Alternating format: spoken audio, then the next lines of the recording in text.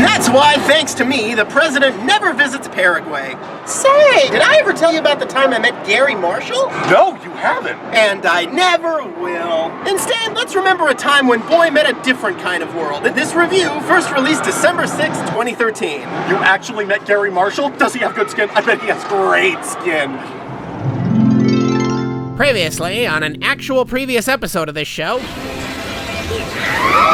Oh God, there's bees in the audience! Why do the bees always show up during kisses? And now, a special message from some jerk with a camera. Good evening. My fellow Americans, I've always considered myself a quintessential, almost stereotypical 90s kid. The decade started when I was 6 and ended when I was 16, so I was right there in the sweet spot. When Rafiki lifted baby Simba towards the heavens, I was there. When Sideshow Bob stepped on his first rake, I was there. When the brothers Hanson sang Bop, when Jim Carrey spoke through his posterior, when a couple of guys who were up to no good started making trouble in Will Smith's neighborhood, I was there, man. And every time a trio of tweens proved they had the guts to scale the mighty aggro crag while the guy from Yes Dear cheered them on, I was there. I always thought I had my finger firmly on the pulse of 90s youth culture. But it has come to my attention that I was wrong, because I was completely unprepared and unaware, for whatever reason, of the massive, tumultuous pop culture phenomenon that retroactively apparently was Boy Meets World. When this boy meets world. I barely remember this show. It never seemed like the big, huge thing everyone was talking about at the time. It was just that one show with Fred Savage's brother and the guy who voiced Kid on Knight Rider, and I remembered it as that one show with Fred Savage's brother and the guy who voiced Kid on Knight Rider. But ye gods, millions of people my age and slightly younger fucking love this show. Without even consulting me, my demographic went and turned this thing into a beloved, obsessed-over cult icon. Not exactly Star Trek, but then again, they are making a spin-off 20 years later about the next generation. And I'm sure in decades to come, we can look forward to Boy Meets Deep World 9, Boy Voyages World, and Boy Meets Alternate Lens Flare World.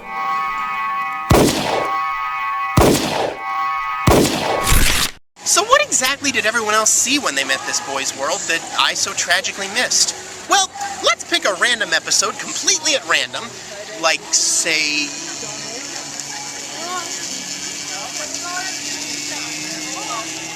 the one where Sean joins a cult, and see if we can't find out. God! Netflix sent me the one where they went to Disney World. Again! You know, this whole time I've been trying to do a nice review show of sitcoms that join cults. The Full House Jonestown episode is a heartwarming masterpiece! And for the last time, Disney parks are not a cult. Shut up. I think it's worth noting that of all the sitcoms that went to Disney World on Disney's network, only this one was also a Disney-owned show. And it first aired, I swear to Vishnu, on the exact same night as Part 2 of Step by Step's Disney World Stepisode. It was an hour-long rock block of vertical integration. Business as usual, right guys? This merger won't affect a damn thing. So how exactly did they open such an ambitiously mercenary episode of such a watershed cultural touchstone milestone? With the lamest dance party I've ever seen! All the kids are doing this one. It's called the I Don't Give a Dance. There's only one explanation. This place is empty and abandoned, and Savage broke in so he could imagine all these other kids, especially his date, just to make himself feel like the true Lord of the Dance by default. What else is the school saying about me? Say just before you kiss a girl, you pass a fry from knuckle to knuckle. It's interesting. They just kissed! You forgot to release the bees! My eye is bleeding! But he blows it on his date and realizes he misses his ex-girlfriend Topanga, the girl who became so memorably hot they named a canyon after her. Don't read too much into that. Then their teacher shows up to reveal the winners of an essay contest who get to go on a magical vacation to, you guessed it, Atlanta, Georgia, where they change planes and end up in Disney World. Kristen Hoffman. Ronnie Waterman. She'll get over you quickly enough with Lips Waterman on the same trip. Tragically, that nickname does not refer to his mouth.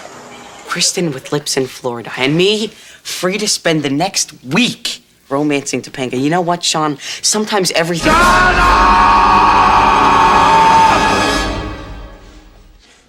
And our last winner is Topanga Lawrence. Do you think this ride is safe? I mean, what if my hair gets caught in the rotor? Your hair's safe. But your lips, they're in danger. That wasn't even my dream. Something's wrong with Steven. Oh! Oh my god. Who knew that there were such great deals available now at Blockbuster? Like the single disc Twilight Eclipse Breaking Dawn Part 1 New Moon single Blah, disc. blah, blah. After about 57 more dream fake-outs, Savage wakes up and realizes he desperately needs his beloved fair maiden back, and in the grand tradition of romantic Disney heroes who slay dragons, fight oppressors, impale giant sea witches, carry shoes around, and sometimes do absolutely the fuck nothing to achieve their one true love, young Mr. Matthews prepares to follow Topanga to Florida. Stalker, huh? Yep, big time. All right, you think you can cover for me? I am way ahead of you. Why? What's in the bag? Now, before we proceed, I feel I should give you some fair warning. The revelation of what is in that bag may shock you. It's certainly something no one who watched ABC's TGIF lineup regularly would expect to see on a show like this. I don't think it's inappropriate for my show, but God knows how they got it past the ABC censors back in the day. So with that in mind, let's proceed. What's in the bag? You. That bag contained the ABC Let's Go to Disney World sitcom's first hilarious joke!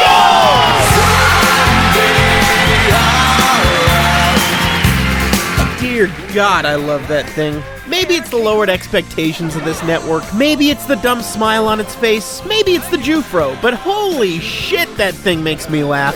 It's just so unapologetically stupid, and I couldn't love it more. I got tickets from my Uncle Nicky. Wait, your uncle who's in the gaming industry? Yeah, and there's a slight chance we may have to break someone's knees while we're there. Yeah, I've also worked for Sony PlayStation. What am I doing here? Planning our co-review. What? What? You saw nothing. So, of course, rather than just tell Topanga how he feels before she leaves... Maybe if I tell Topanga how I feel before she leaves, we won't have to do this whole thing. Oh. Okay, he's doing the responsible thing, and, avoiding wacky shenanigans. I can't remember how to react to that. I went out with those other girls because I hated being alone, but even with them, I was still alone because I wasn't with you. Corey, that's really sweet. Problem solved! Okay, it was a little short and contained very little Disney World, but I guess... Silence! If Boy fails to meet Disney World, then only one show will promote my parks tonight. I can't have that. Pirate Council, what do you think? We watched already! When I get back from Florida, I want to make things work between us. Where the hell are the bees? My eye's still bleeding! I was still alone because I wasn't with you. Now you have no choice! Promote me, Savage Boy! Promote me like your brother promoted my nemesis! My vengeance is nearly complete! Do you hear me, universe? Nearly complete!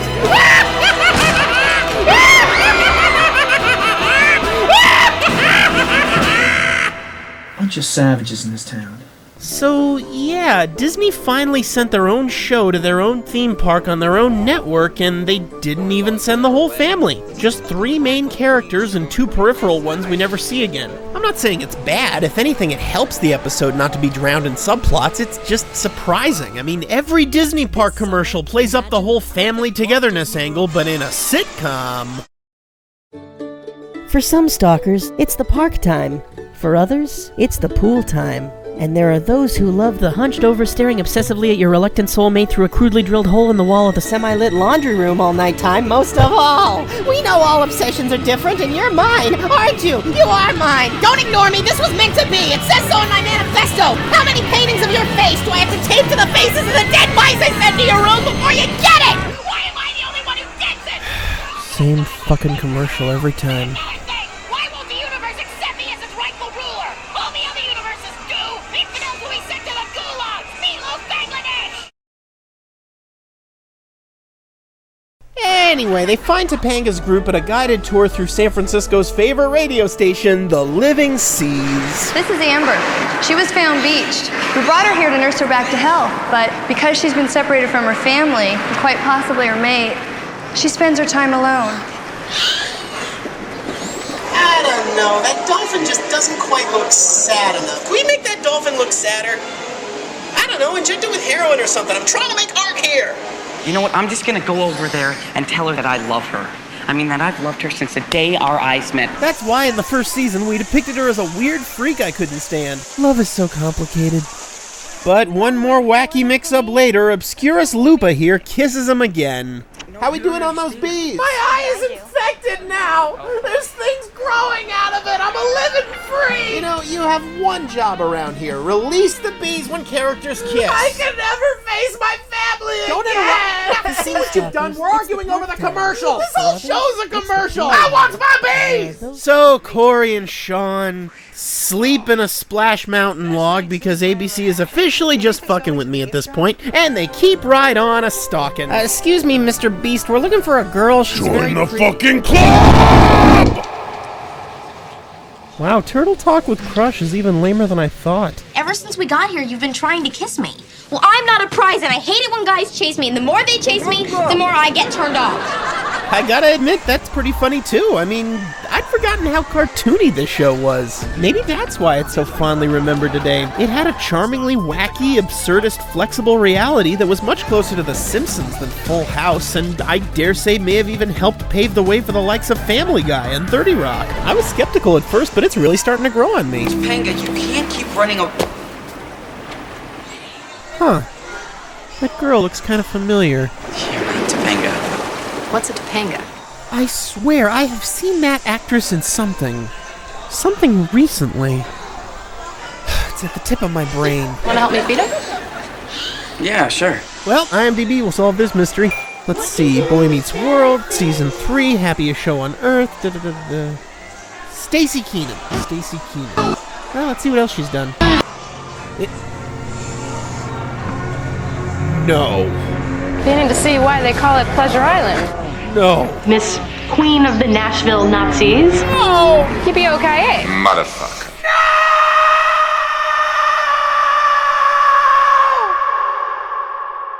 Just when I was starting to like this show, they actually went and did a step-by-step crossover! It wasn't crass enough that they had two different Let's Go to Disney World shows on the same night network. They actually had to dovetail their fucking mythologies! This isn't just cross-promotion, this is Snake eating its own tail-freaky three-way orgy promotion!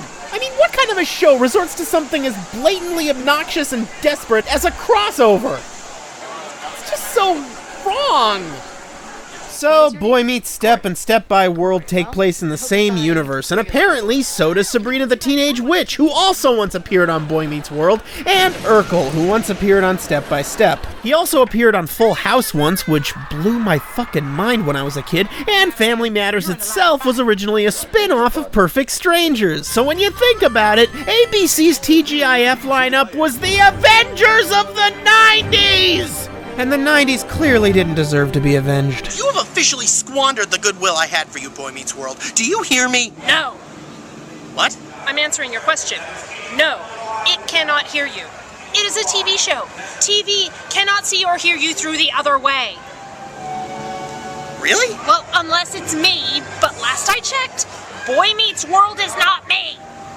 So when I'm at home alone watching TV, I don't have to wear clothes? Unless it's me. Well, that is a load off my mind. You know what? All is forgiven, Boy Meets World. All is forgiven. Seriously, unless it's me. So, Amber, you're separated from your mate, huh? That's me as well. Shut up, Harry. All those things I did, I wasn't just trying to impress her. I just didn't know how to express my feelings. And now I'm talking to a fish. Well, hey, I appreciate it. You know, we smelt a highly underrated conversationalist, and oh god, the mammal's eating me! So long, and you're welcome for all the fish.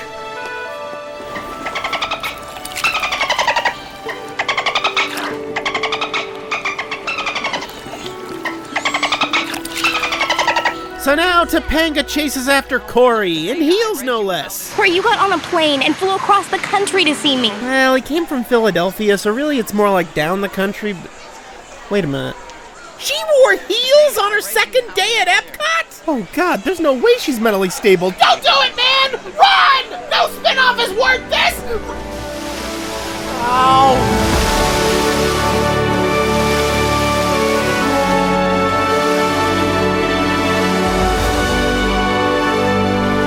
I think the bees are dead! Michelle! Michelle, where are you? She calls me her stalker. Yes, I'm her stalker. But I still love her, and she loves me. Okay, maybe she doesn't, but she will eventually. Yes, I am her stalker. Yes, I'm her stalker. And we'll live together. We'll live happily. If not in this lifetime, then we will in eternity. I'm not saying I'm gonna kill her, I'm just devoted. The Twilight Saga Eclipse, an awfully good DVD experience. Buy it today. Buy it. Press the buy button up on the... No!